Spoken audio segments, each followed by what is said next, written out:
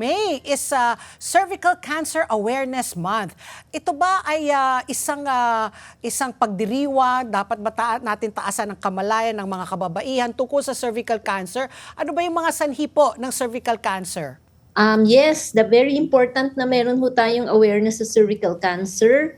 Sa Philippines, ang cervical cancer ay ang number 2 na cancer sa mga kababaihan, at sa buong mundo, cervical cancer ang 4th most common cancer in women. Sa Philippines, marami pa rin hong namamatay ng cervical cancer or nadadiagnose. So, malaki ho ang dapat na awareness ho natin dito. Okay, my follow-up there, Doktora, is what exactly is cervical cancer ba? Yan yung bahay bata ba sa Tagalog na tinatawag? Yun ho ba? Sa Tagalog, ang cervix kasi ay ang kwelyo ng matres. Ito yung Kwelyo ng matres. pintuan papunta sa matres or sa bahay bata. Ito yung organ na nasa dulo ng bahina, vagina. Oo. Yes. Okay. So, ano yung mga nagiging mga panganib na mga sakit na nagdudulot po ng cervical cancer? Saan ba natin nakukuha yan? Mana-mana ho ba yan? Hawa-hawa? Paano ho ba yun nag-umpisa? Ang cervical cancer ay hawa-hawa, hindi ho siya mana-mana.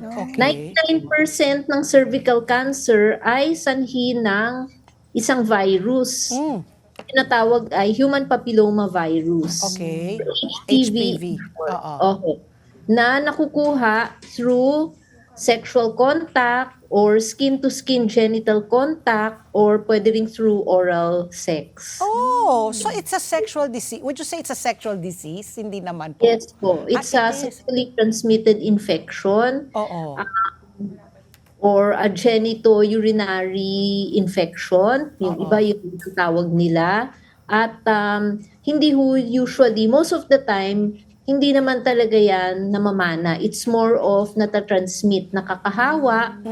At 99% ho ng cervical cancer ay dahil ho sa virus na to. Okay. Ngayon ko lang narinig yan, di ba? Usually hawa-hawa pag pala. cancer, di ba, iniisip natin manamamana siya or hindi po genetics. natin alam kung saan talaga nanggaling. So this is more of an STD, sexually transmitted disease. Doktora, ano po ba yung mga, kumbaga, symptoms? If it's an STD, does it present itself in the beginning as an STD? Or pag nalaman po siya, full-blown cancer na? Kasi pag sinabi natin cancer, usually, di ba, wala na pong gamutan yan? Karamihan ng cases ng HPV, the human papilloma virus, walang symptom. Kadalasan po is nakikita na lang sa test. Nakikita dun sa HPV DNA test. Isang parang pap smear din. Dun ho natin nadidetect na meron palang high-risk HPV yung babae.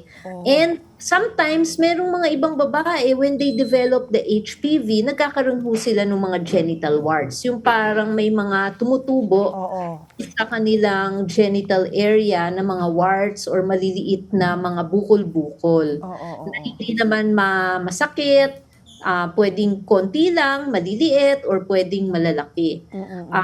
Hindi naman lahat ng babae na nagkakaroon ng HPV or genital warts ay nagkakaroon ng cervical cancer. So usually, mga less than 10% lang naman nung mga nagkakaroon nga ng HPV infection ang nagkakaroon eventually ng cervical cancer. Pero sa dinami-dami ng tao na nagkakaroon ng HPV infection, actually 80% naman ng population, eventually at some point in their lives, will get this infection.